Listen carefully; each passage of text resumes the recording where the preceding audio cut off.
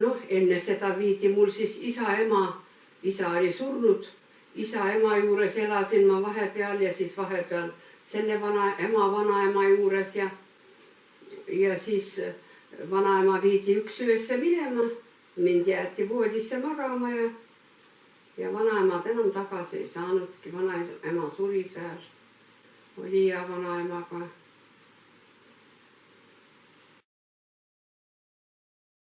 In the middle of the 1920s, a group of Estonians who had escaped from their home country built a new village in the southwest of Russia.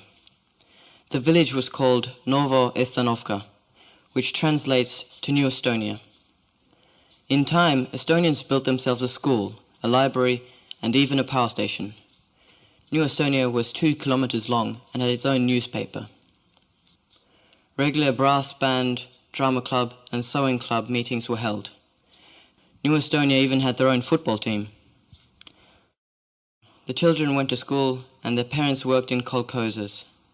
There were other Estonian communities nearby and the Estonians kept in touch.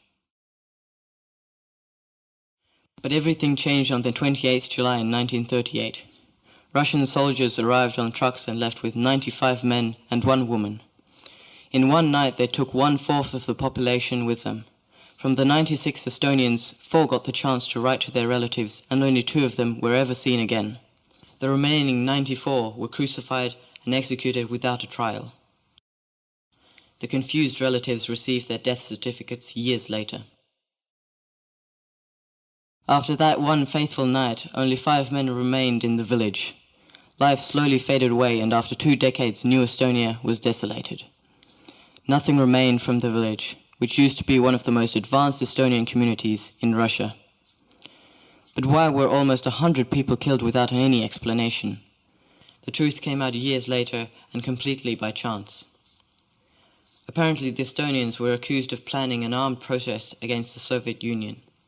They claimed the weapons had been brought from Estonia on an airplane. One airplane did indeed land near New Estonia once.